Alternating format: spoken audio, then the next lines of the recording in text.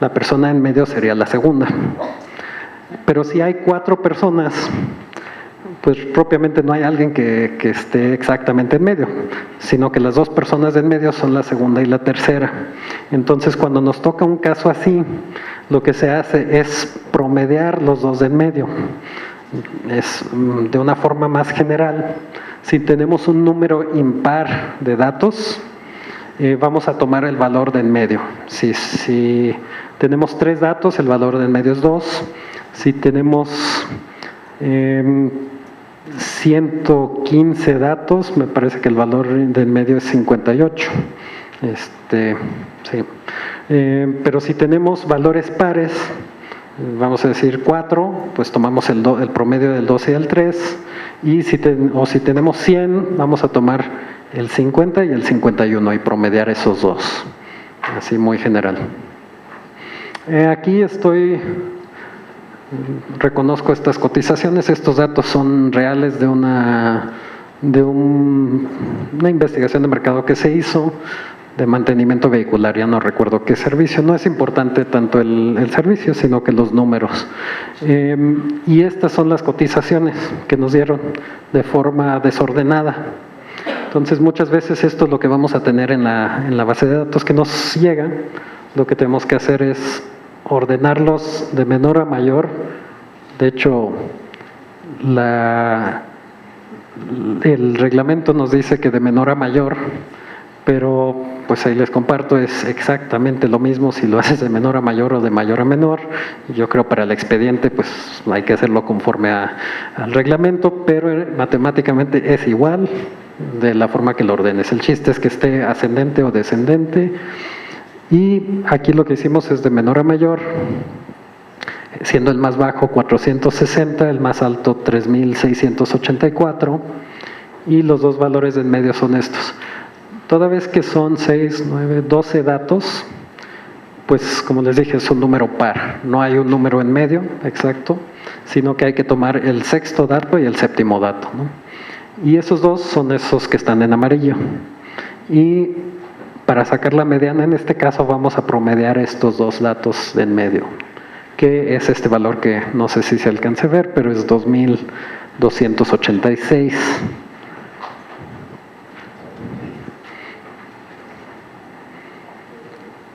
Luego, aquí está una base de datos muy similar, de hecho me parece que es la misma, pero le quitamos un dato. Entonces ya nada más son 11 los datos que tenemos, ¿no? De esos 11, pues ya siendo un número impar, pues el valor de en medio es el sexto dato. ¿Por qué? Porque hay 5 que son más bajos y 5 que son más altos. Entonces el valor de en medio es 2350, aquí no hay que sacar ningún promedio de dos datos de en medio, sino que ya es directo, ya es este valor, ¿no? Y el que estamos poniendo aquí. Yo sé que la mayoría hace esto seguido, pero pues creo que vale la pena hacer el cálculo.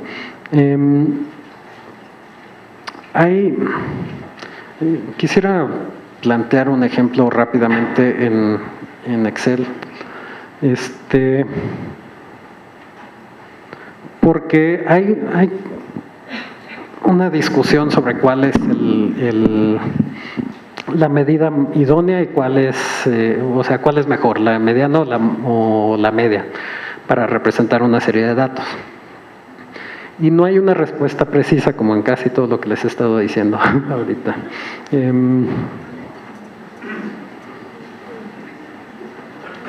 Pero sí hay algunas cosas que nos van a ayudar, ¿no?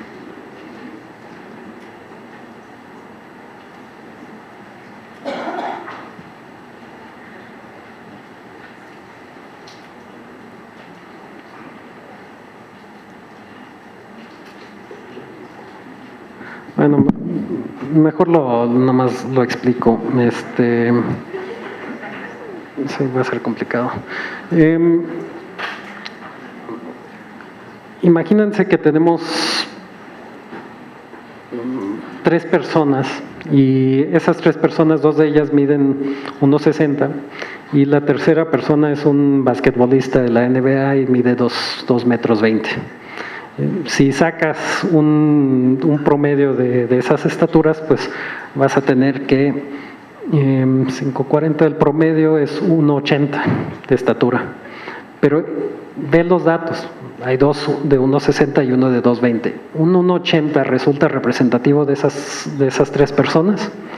No, ¿por qué? Porque no se parece a ninguno de los tres. En ese caso, la otra opción sería la mediana sería 1,60. ¿Por qué? Porque si lo ordenas de mayor a menor o de menor a mayor vas a tener 1,60, 1,60 y 2,20 metros. Ahí 1,60 resulta muy representativo de dos personas, de una persona quizás no.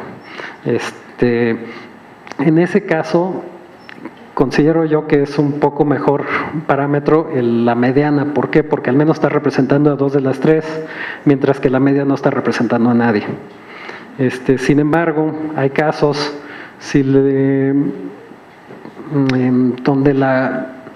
donde la media puede ser un poco más representativo. Imagínense ahora que tenemos muchos más datos y datos que varían muchísimo. Mejor, pues hay muchas formas en que se nos pueden presentar los datos, ¿no? Y habría que analizarlo específicamente para saber cuál es mejor, si usar la media o usar la mediana. Un efecto específico de la media, un problema que llega a pasar es que llega a ser muy sensible, sobre todo cuando hay pocos datos, a valores extremos. Como nos llega a pasar en temas de cómo se capturan los datos en Compranet, si a alguien se le fueron 2 ceros, ya de repente el precio no fue de 1,000, sino que fue de 100,000, y todos los demás precios que tenemos eran de 1,000, pues ese 100,000 ya nos llevó el promedio a un nivel que no es real y nos afectó todos los datos. En ese caso es mejor la mediana, porque la mediana sí está representando los datos que tenemos. El problema de la media que menciono es que los valores extremos, ya sean muy altos o muy bajos, jalan para un lado o para el otro el valor de la media. El caso de la mediana, si se fijan, estamos ordenando de menor a mayor. Si le agrego un dato al final extremo, no tiene efecto alguno sobre el de en medio. Entonces no está afectando un valor extremo a la mediana. Eso es la ventaja de la mediana, ¿no? En casos donde hay valores muy disparejos, pues no se está siendo afectado. Pero pues son posturas un poquito divididas, que pues diferentes personas tienen diferentes posturas, pero creo que la mayoría están de acuerdo, depende del caso específico que estamos hablando. Hay que ver un poquito los datos que tenemos y podemos saber si es mejor un dato o el otro. Sí, perdonas por ser muy general con el caso, pero creo que es la idea general. Ok. Y es parte de lo que quería expresar aquí. Si tenemos, salvo las columnas que dicen mediana, tenemos 3 grupos de datos. El primero son datos muy similares, ¿no?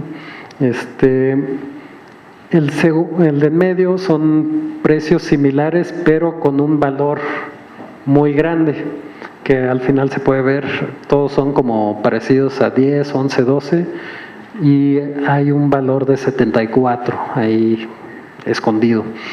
Y el último es el promedio de precios muy distintos.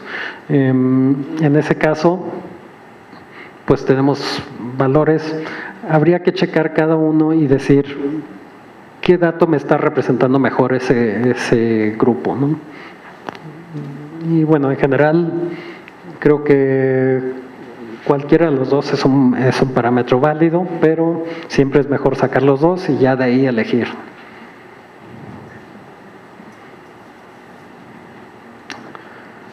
Si mal no recuerdo, son los mismos números que les veníamos que les presentaba yo hace unos momentos.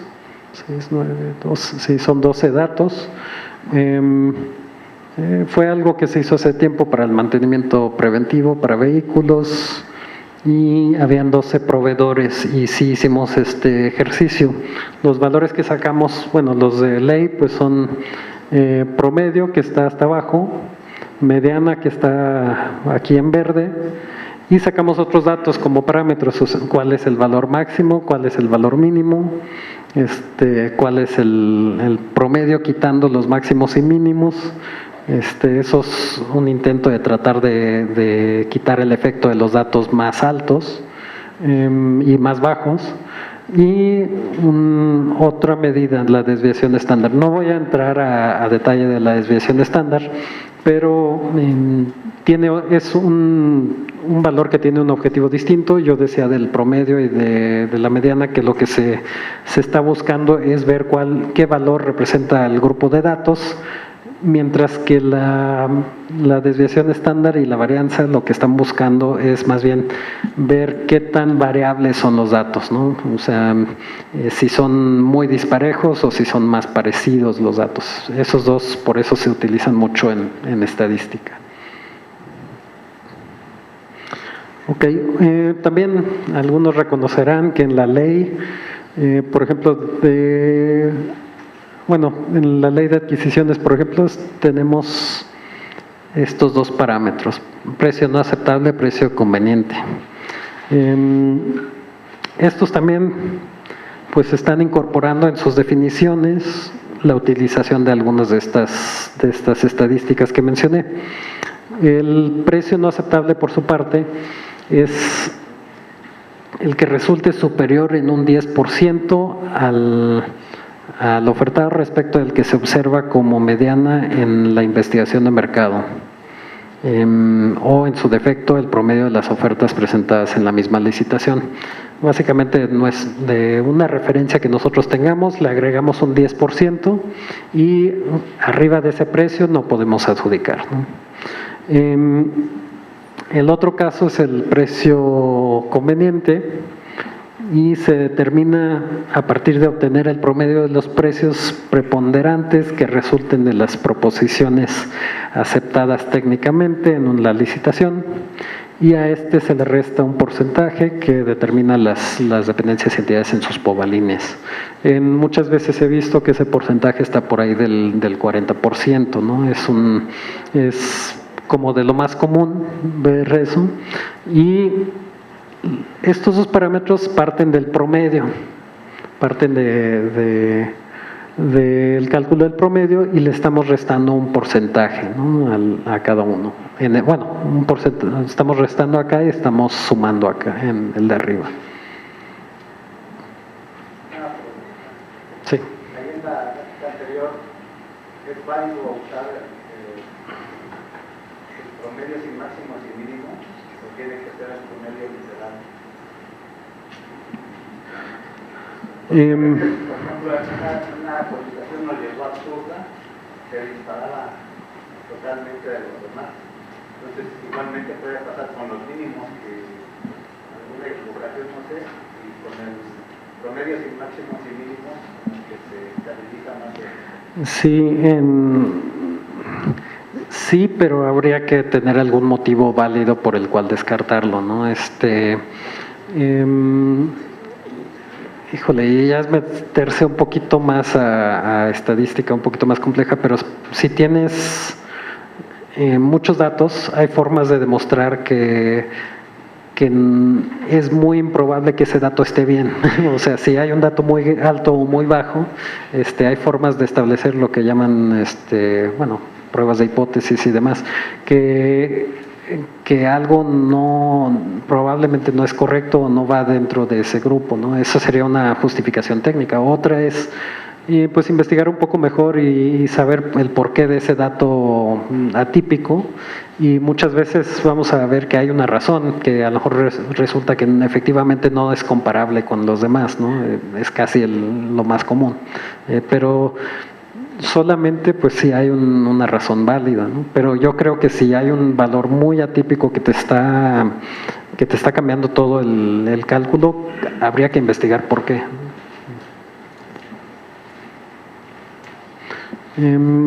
Ok, ya mencionaba esto. Ok, voy a dejar ese tema hasta ahí. Si hay unas dudas, lo podemos ver al final. Y este tema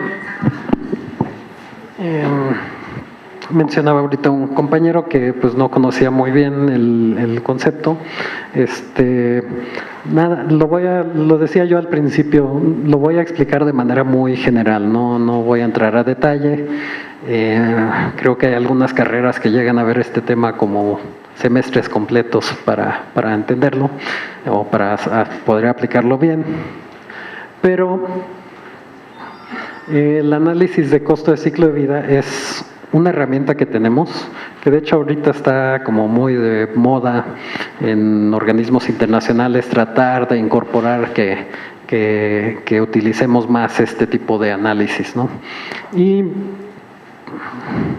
a grandes rasgos estamos hablando de que lo que quieren es ya no nos fijemos nada más en el costo, en el precio que vamos a evaluar desde un inicio, sino que pensemos en todos los costos que nos va a representar a lo largo de su vida útil ese bien o servicio. Un ejemplo muy clásico es el de una adquisición de una impresora. Y en el caso de una impresora, pues hay impresoras de varios niveles de precios. Algunos a lo mejor te cuestan 600 pesos, otros quizás te cuestan 2,000 pesos, ¿no? Si nos vamos por temas de economía, seguramente diríamos así desde el principio, bueno, suena mejor el de 600, ¿no? Pero ya haciendo un poquito más investigación, resulta que el de 600 consume más energía, el tóner es más caro, se acaba más rápido, la impresión es de otra calidad quizás, pero bueno, aquí supongamos que son de la misma calidad porque estamos hablando de bienes, si queremos comparar tenemos que comparar peras con peras, manzanas con manzanas, pero sí deberíamos estar considerando todos los costos que nos va a representar a lo largo de su vida. Y quizás a lo mejor también se debería estar pensando en el valor de desecho que puede tener ese bien en particular. Quizás la impresora de 2,000 pesos en un año lo puedo revender en 1,000 pesos, pero la impresora de 600 pues ya casi no tiene un valor de recuperación significativo, ¿no? En ese sentido, seguramente si hacemos el análisis, pues el que más nos conviene es la impresora de 2,000 pesos, con todas las condiciones que estoy diciendo, ¿no? Aunque parezca más caro, a la larga resulta ser que es más económico. Eso que acabo de explicarles en 2 segundos es básicamente a lo que nos referimos con análisis de costo de ciclo de vida. Es una herramienta analítica para estimar los costos totales y beneficios experimentados durante el tiempo de vida de un proyecto. Creo yo que esto es más aplicable en obra pública que en adquisiciones, aunque también tiene algunas aplicaciones en la ley de adquisiciones, pero también vale la pena decirlo, no es necesario hacerlo en todos los casos, no es algo que sí representa un esfuerzo, sí representa aprender unas técnicas, pero no es algo que tenga que ser utilizado en absolutamente todos los casos, porque hay veces que no es. Ahorita di el ejemplo clásico de la impresora, pero hay cosas que son bienes de consumo que vas a utilizar inmediatamente y que realmente no tienen costos a lo largo de su vida. Uno podría decir botellas de agua. A lo mucho, pues que el costo que va a tener, pues quizás es el de almacenamiento, pero que es lo mismo en cualquier botella de agua que compre, entonces realmente no es mucha diferencia.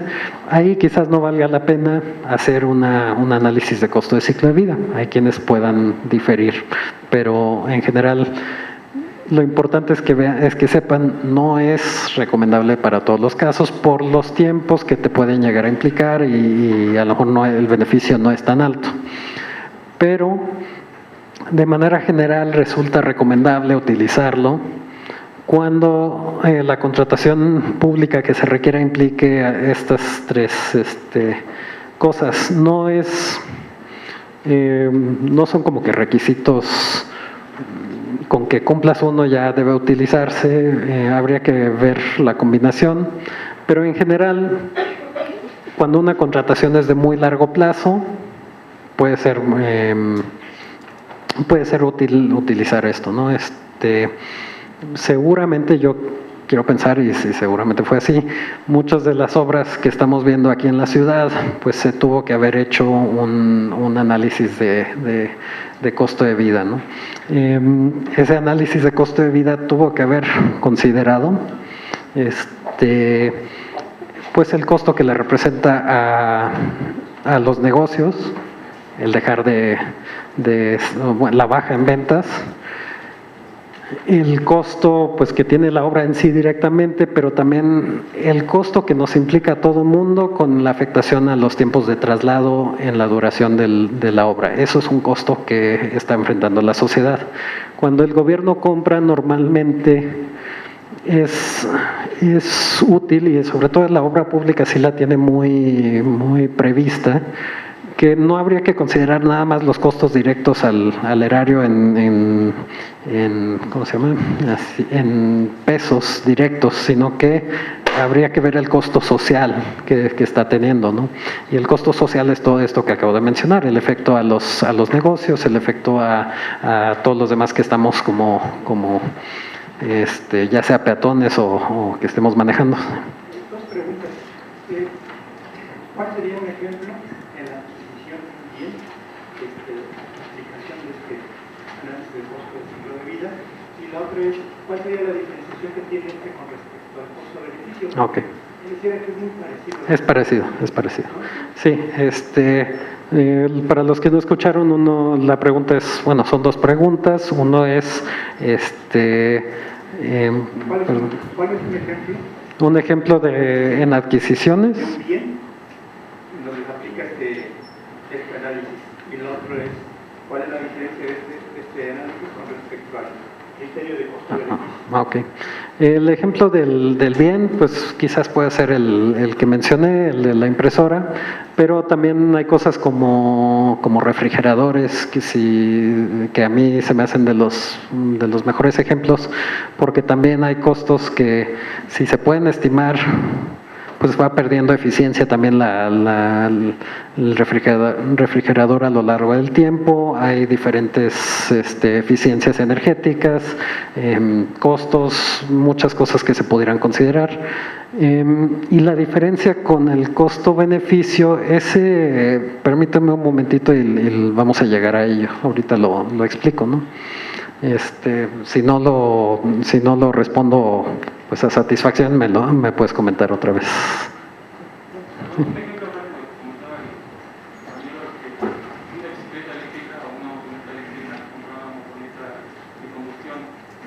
El costo, no sabemos aproximadamente cuánto tiempo te dure la actividad recargable, y el costo adicional, cuando esta se muera, cuánto te va a costar adicionalmente comprar otra, si es superior o igual a comprar una motoneta de combustión, puede ser superior el costo de la actividad recargable. Sí, de hecho, también muy parecido al ejemplo, pues sería un vehículo eléctrico contra uno tradicional, ¿no? De combustión interna y demás. Pero bueno, son todas esas hay muchos ejemplos, ¿no? Que podríamos decir de bienes que pudiéramos aplicar este tipo de análisis. ¿Sí? Este análisis debe constar en algún documento y debe ser por algún certificado. Ok. Es buena la pregunta porque me lleva a un tema que es importante decir. Voy a llegar a la respuesta, nomás déjame introducir el punto. Para quienes hacen obra pública e incluso para quienes contratan software, hay algunas previsiones de que se tiene que hacer un análisis similar o igual a este. Para quienes llevan obra pública, en una etapa anterior de presupuestación hay unos lineamientos de Hacienda que habla más bien de costo. No me acuerdo si hablaba específicamente de costo-beneficio, pero en realidad el concepto es casi lo mismo, porque incluye muchas de las cosas que estamos diciendo aquí. El punto del análisis de costo de ciclo de vida es tratar de identificar todos los costos que pueden haber a lo largo de la existencia o de la necesidad o del uso del bien, y también todos los beneficios, y sopesarlos y ver si nos está saliendo mejor una opción o la otra opción, ¿no? Es el objetivo. Y en obra, como les menciono, se está haciendo en una etapa anterior a la contratación, de hecho en la etapa de presupuestación. No es el criterio ¿cómo se llama? No es el criterio de evaluación económico, sino que lo estamos haciendo en una etapa anterior. Es interesante esa parte porque les mencionaba que los organismos internacionales ahorita están tratando de buscar que todo mundo utilice esto. Normalmente lo promueven para que se utilice en la etapa de evaluación económica. En México el argumento desde el punto de vista de la Unidad de Política de Contrataciones Públicas es que ya lo estamos usando en una etapa previa, de alguna forma, sobre todo en obra. Entonces, no sería tan necesario su utilización en una etapa posterior, pero bueno, también se podría considerar. En ese caso quedaría quedaría patente en los documentos para la preparación de la presupuestación y demás, ¿no? Sí. Me parece muy importante la pregunta que hace la compañera en la cuestión de documentarlo.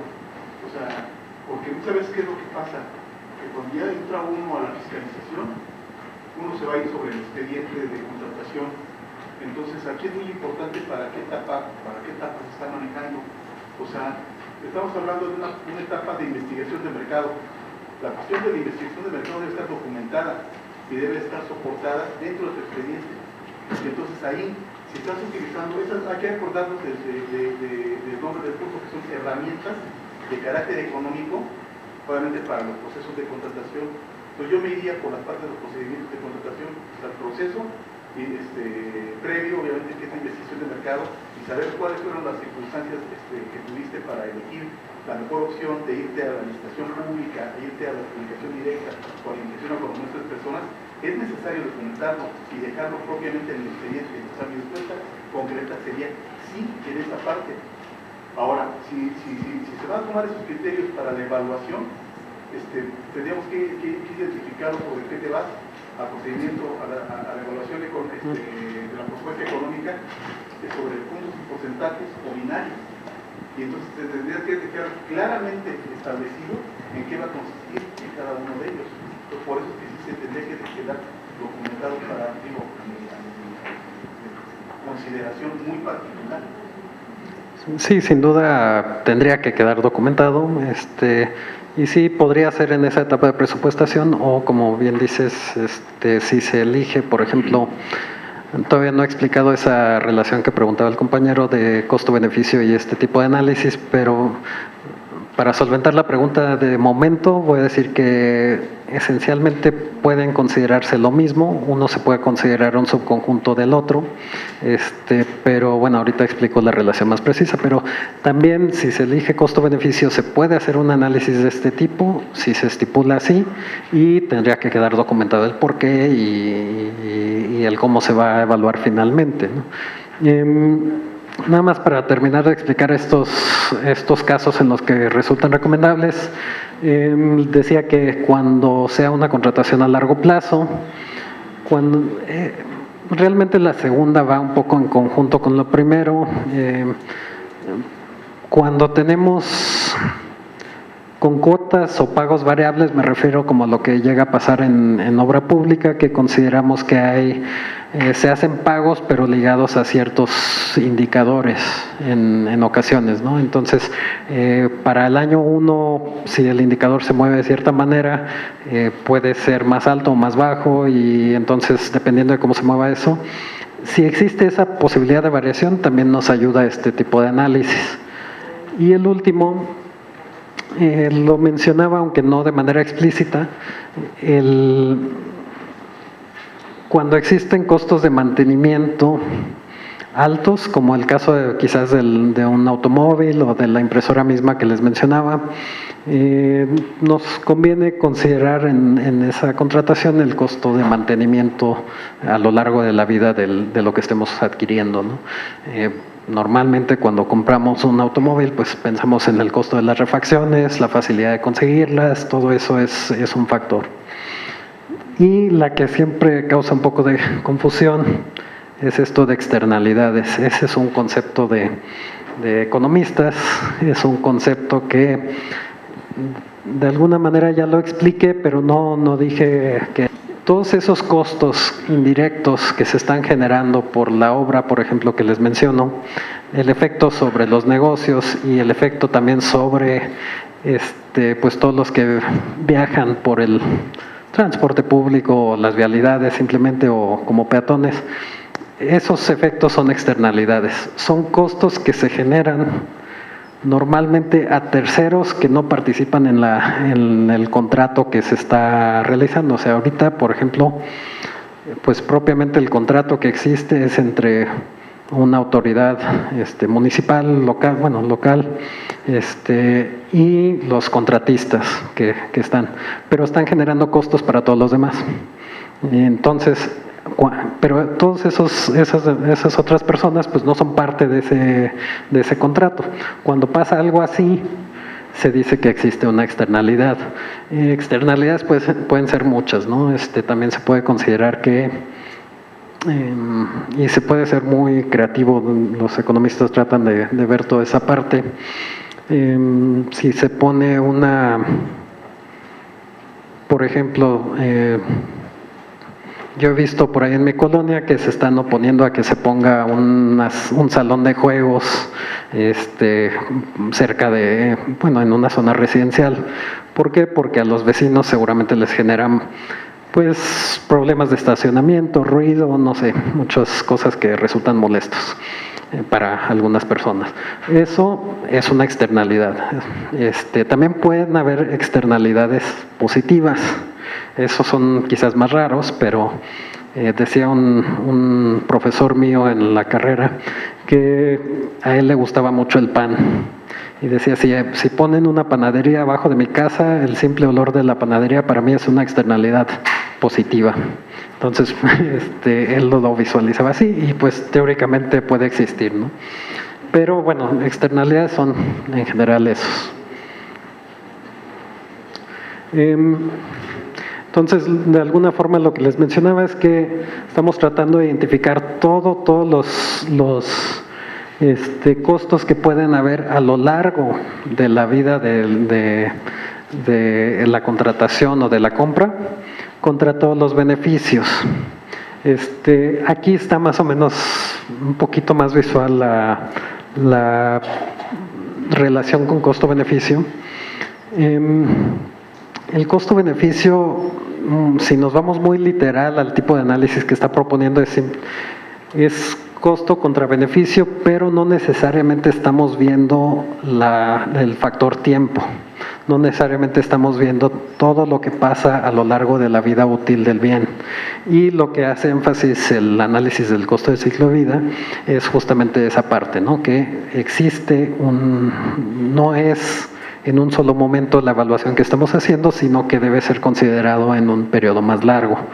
Y en ese sentido, pues se puede considerar que el análisis del costo de ciclo de vida puede ser un tipo de costo-beneficio, ¿no?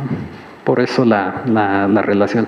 Y por eso también se le argumenta muchas veces a los a los organismos internacionales que les menciono, pues que de alguna forma ya lo tenemos previsto en nuestras legislaciones, porque se puede aplicar aquí, se puede aplicar en tema de presupuestación y ya lo estamos conteniendo, ¿no? Pero bueno, a veces el problema es que no está muy definido el cómo hacerlo. Para eso pues hay varias prácticas. Por cuestiones de tiempo no voy a entrar a los ejercicios que preparé. Esto van a tenerlo en electrónico. Al final les doy mi correo.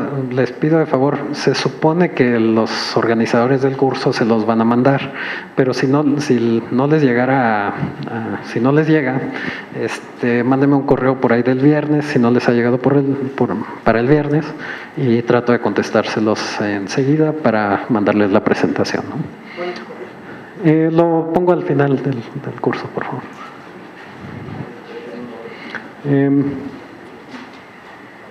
Ok. Híjole. Pues sí, me voy a saltar estos ejercicios. Creo que si tienen dudas me lo pueden preguntar por correo. Ya una vez que tengan la presentación no hay ningún problema. Sí, son varios. Como ven, eran muchos números. Ok, aquí voy a describir de manera muy sencilla varias formas de costo de vida. No hay una sola, les dije al principio, es una herramienta analítica, pero lo importante saber es tomar todos los costos y todos los beneficios que se dan a lo largo del tiempo en el que dura la contratación.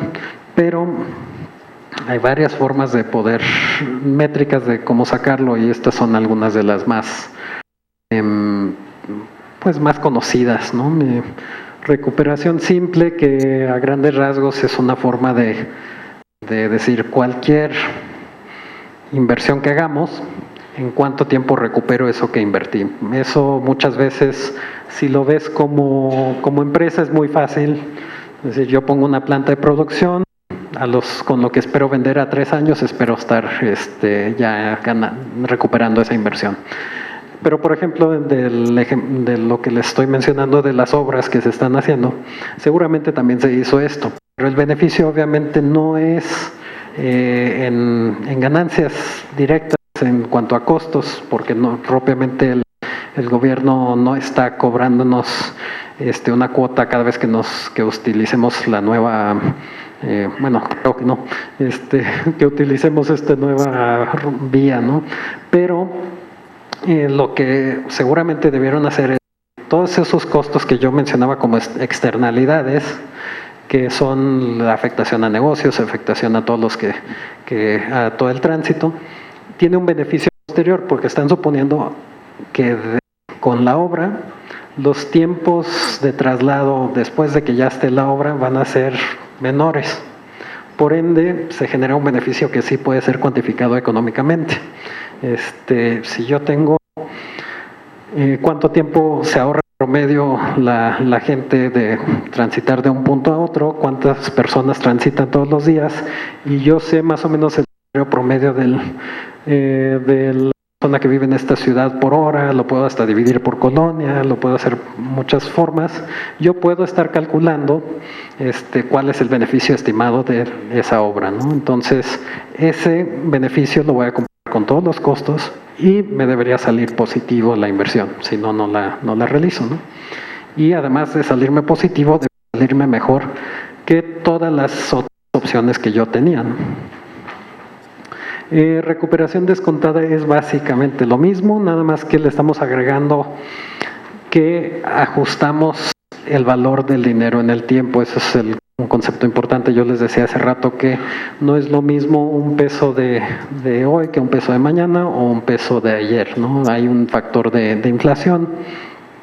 Y si estamos hablando de proyecciones a futuro, pues habría que aplicar una inflación esperada a futuro de una manera muy similar a lo que yo mencionaba hace rato cuando hablábamos de cómo actualizar un precio, ¿no?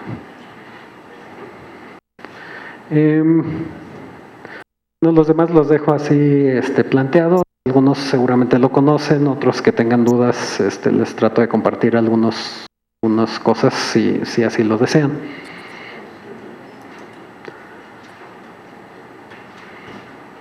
Bueno, quiero llegar al último tema. Y esto es interesante también. Cómo selecciono el criterio de evaluación económica. Así lanzando la pregunta al aire. ¿Cuál es el criterio de evaluación económica que nos propone nos proponen las leyes utilizar de manera preferente? Puntos o porcentajes. Por ahí escuché costo-beneficio, criterio binario. Bueno, los tres existen, ¿no? Pero sí, por ejemplo, en adquisiciones, lo que tenemos es los tres, pues tenemos esas tres opciones de criterios de evaluación: costo-beneficio, puntos o porcentajes y criterio binario. Y nos dice el artículo 36, que es el artículo 36 de la ley, me parece, ¿verdad? Nos está diciendo que en la convocatoria, la utilización del criterio de evaluación mediante el cual se adjudica quien cumpla, quien oferte el precio más bajo, será aplicable cuando no sea posible utilizar criterios de puntos o porcentajes o costo-beneficio, ¿no? Esto quiere decir que las dos preferentes son puntos o porcentajes y costo-beneficio. Y en última instancia, si no podemos utilizar eso, en teoría deberíamos estar utilizando el criterio binario ya como última opción. Esto responde a una visión que se generó de que el criterio binario, al estar evaluando solamente el precio, nos deja de importar la calidad, no le estamos dando un valor suficiente a la calidad, por ende estamos yéndonos con el más, que no es muy bueno. Aquí también la unidad en la que la UCP entiende que esto es la legislación y así está previsto, pero hay un comentario que se hace, ¿no? Y a futuro a lo mejor habría que pensar, y es que propiamente el criterio binario bien utilizado no es malo, ¿no? O sea, no es algo que quiera tener esta estigma tan fuerte. La preocupación es, si yo utilizo el criterio binario, pues tengo de pensar en calidad, ¿no? No tiene que ser así. La ley nos da otros momentos, para poder asegurar que está consiguiendo la calidad que se requiere. De hecho, yo he recibido comentarios de consultores internacionales que nos dicen: oye, está bien, pero están suponiendo, nos dicen a nosotros como México, estamos suponiendo tanto con como con la utilización de lo que mencionaba hace rato, que es el precio conveniente, que con el precio puedes estimar, estás utilizando el precio como parámetro de calidad. Propiamente el precio no es un parámetro de calidad, no es su uso. Como contratantes no tenemos la información adecuada sobre los costos de todos los productores, ¿no? Por eso doy el comentario para decir, ok, no es del todo malo este criterio, ¿no? Bien utilizado puede ser adecuado. Ok, ¿cuándo es adecuado? Cuando tengas todos los elementos como para asegurar la calidad. Por ejemplo, que tengas pongas requisitos muy fuertes o los necesarios para asegurar que te van a dar la calidad que tú requieres, desde la convocatoria a la licitación, que las especificaciones técnicas de los bienes o servicios estén perfectamente definidas con la calidad que tú requieres, porque yo te diría más bien si ganó un precio barato y te terminó fallando el proveedor, es más porque no previste en tu convocatoria las condiciones adecuadas para asegurar la calidad que necesitabas. No es por un tema de precios, es porque no pediste lo que necesitabas. Es más un tema de planeación, de conocimiento de la investigación de mercado, que un tema de que por el precio ya es malo, ¿no? Entonces, en ese caso, si tienes muy bien definido todas estas condiciones e incluso tienes en tu contrato cláusulas de calidad, de castigos, y haces valer esos castigos también, esos, pues, las sanciones y todo lo que tienes que aplicar, pues vas a conseguir en mayor medida la calidad deseada, ¿no? Es una relación entre precio, calidad, incluso todas las condiciones que estamos previendo en planeación, en etapa del contrato y hasta en la ejecución del contrato, ¿no? No, doy eso para no desacreditar el criterio binario, pero bueno, también las otras estrategias, los otros criterios de evaluación, pues por algo también los están estableciendo como pues los criterios preferentes, ¿no? En puntos o porcentajes, la mayoría seguramente ya lo conocen, existen unos lineamientos específicos que nos dicen cómo aplicarlos. Algunos los pueden considerar quizás un poco complicados, otros quizás no tanto. Ahorita vamos a ver muy rápido cómo está construido. Y criterio binario no está realmente tan definido cómo es que se debe realizar, y para ello yo les sugiero tomen un poco la idea que yo les manejaba ahorita hace unos momentos del análisis del costo de ciclo de vida. Eso puede ser su punto de partida para establecer mentalmente cómo debe ser un costo-beneficio, ¿no? Esa idea es justamente posible aplicarla en esa etapa, ¿no? Como parte del criterio de costo-beneficio.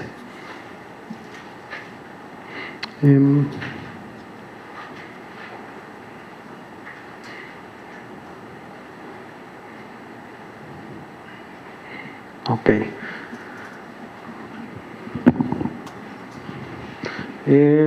Por último, creo que ya es último,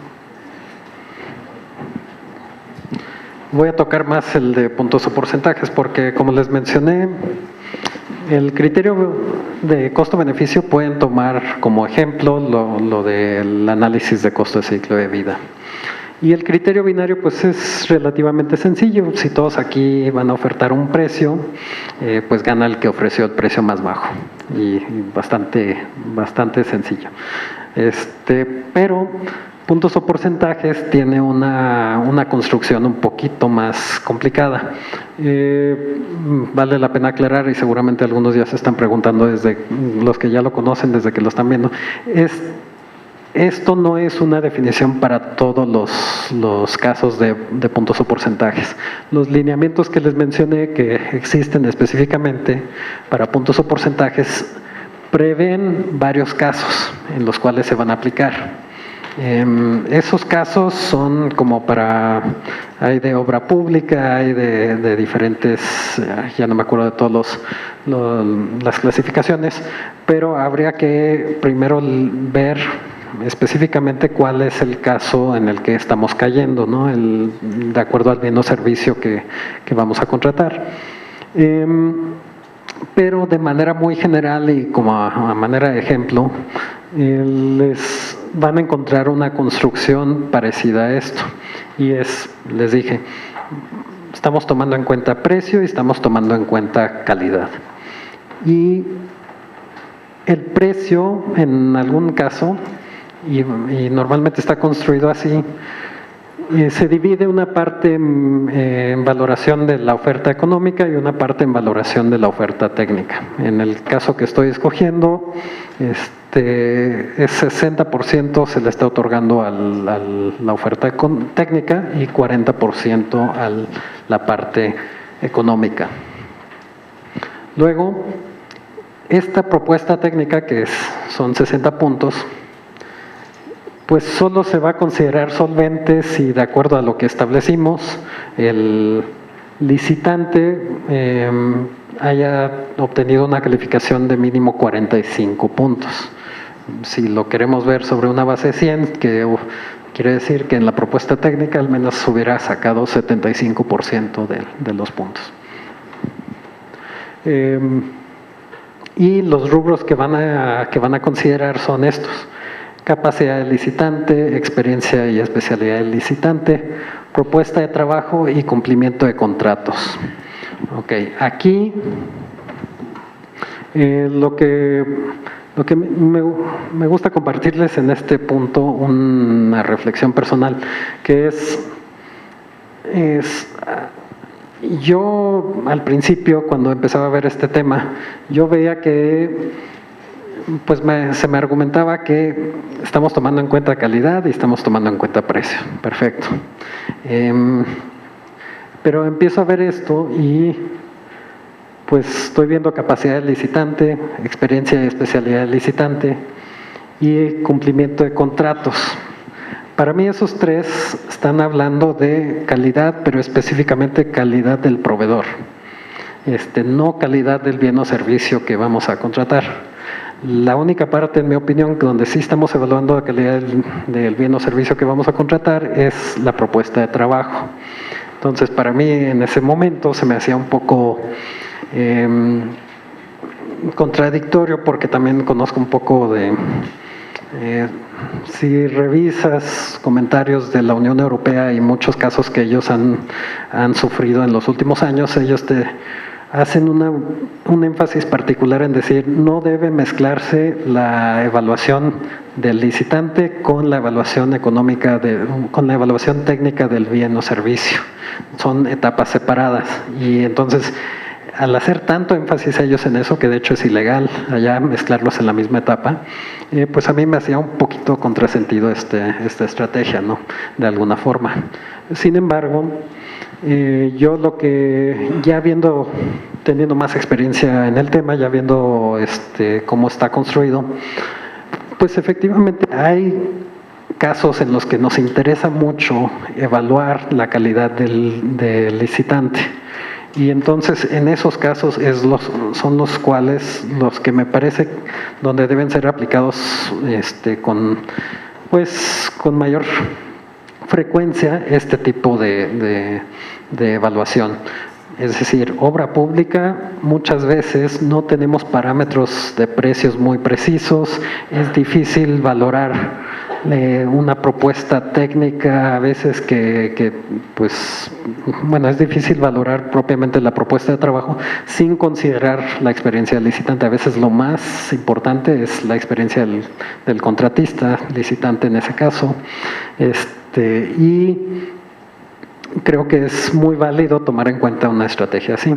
En adquisiciones quizás hay casos también donde no sea muy relevante, pero posiblemente un poco menos que en obra pública. Pero bueno, son los rubros que vamos a estar tomando en cuenta principalmente. Cambia un poco dependiendo del tipo de caso, que, como les mencionaba, los lineamientos prevén varias clasificaciones, pero en esencia son parecidos.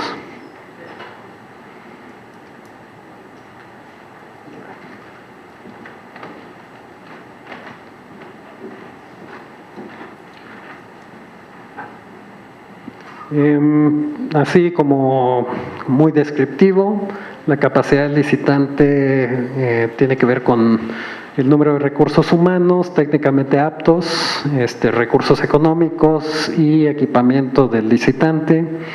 La experiencia de especialidad se define un poquito distinto, es el tiempo que ha prestado servicios en la empresa, servicios necesariamente de la misma naturaleza que lo que vas a contratar, ¿no? No se vale que tengas 100 años de experiencia, pero en otro mercado, pues eso no cuenta para lo que estamos contratando.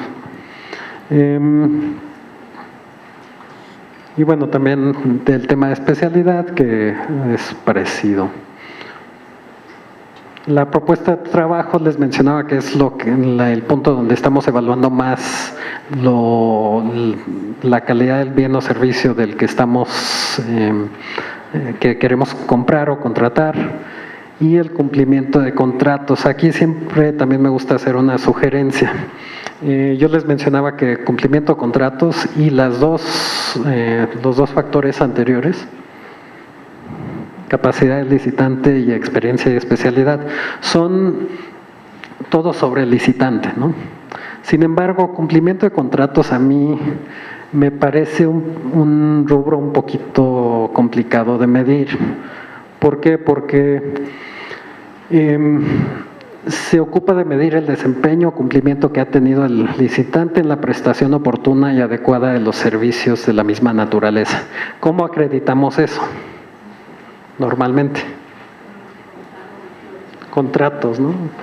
Sí, contratos previos. Y normalmente, ¿cómo planteamos ese requerimiento? Les pedimos que nos presenten contratos que tengan una liberación, una carta que nos diga que hubo un cumplimiento satisfactorio, esencialmente, ¿no? Si yo soy un proveedor y a mí una dependencia o entidad me pide presentar 10 contratos, ok, consigo los 10 contratos, aunque yo tenga en mi historial 200 contratos que incumplí. Y esos obviamente no los voy a estar mostrando. Entonces, el simplemente pedir contratos cumplidos no me quiere decir que realmente sea un proveedor de la mayor calidad, simplemente quiere decir que tuvo 10 contratos, que cumplió y quién sabe cuántos incumplió, ¿no? Entonces, para mí se me hace un parámetro un poco más preciso que las demás. Por ende, los lineamientos les dan a ustedes la posibilidad de elegir cuánto peso le vamos a dar a cada uno de estos rubros. Mi sugerencia es que si tienen casos donde les preocupe esto que les estoy diciendo, pues le den un poco menor peso relativamente al cumplimiento de contratos y quizás más a los demás rubros, ¿no?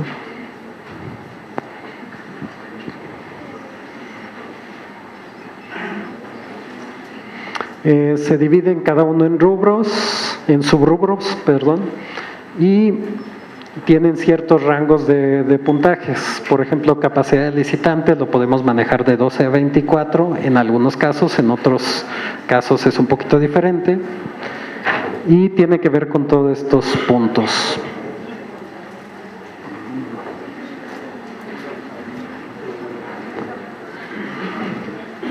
Bueno, es nada más importante que sepan, se divide en rubros y subrubros, cada uno tiene un peso específico que le vamos a otorgar, para lo cual hay rangos que nos permiten darlo, ¿no? Y bueno, y ya por el día de hoy sería todo. Tiene razón, voy a poner mi correo aquí.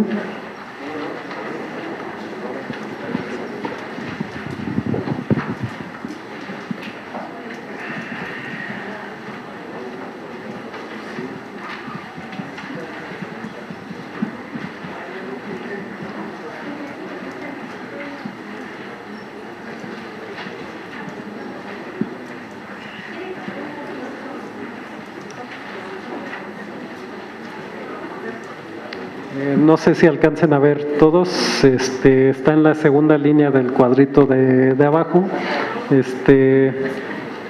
Para los que no lo puedan ver, es fmendoza, F de Fernando, @funcionpublica.gov.mx.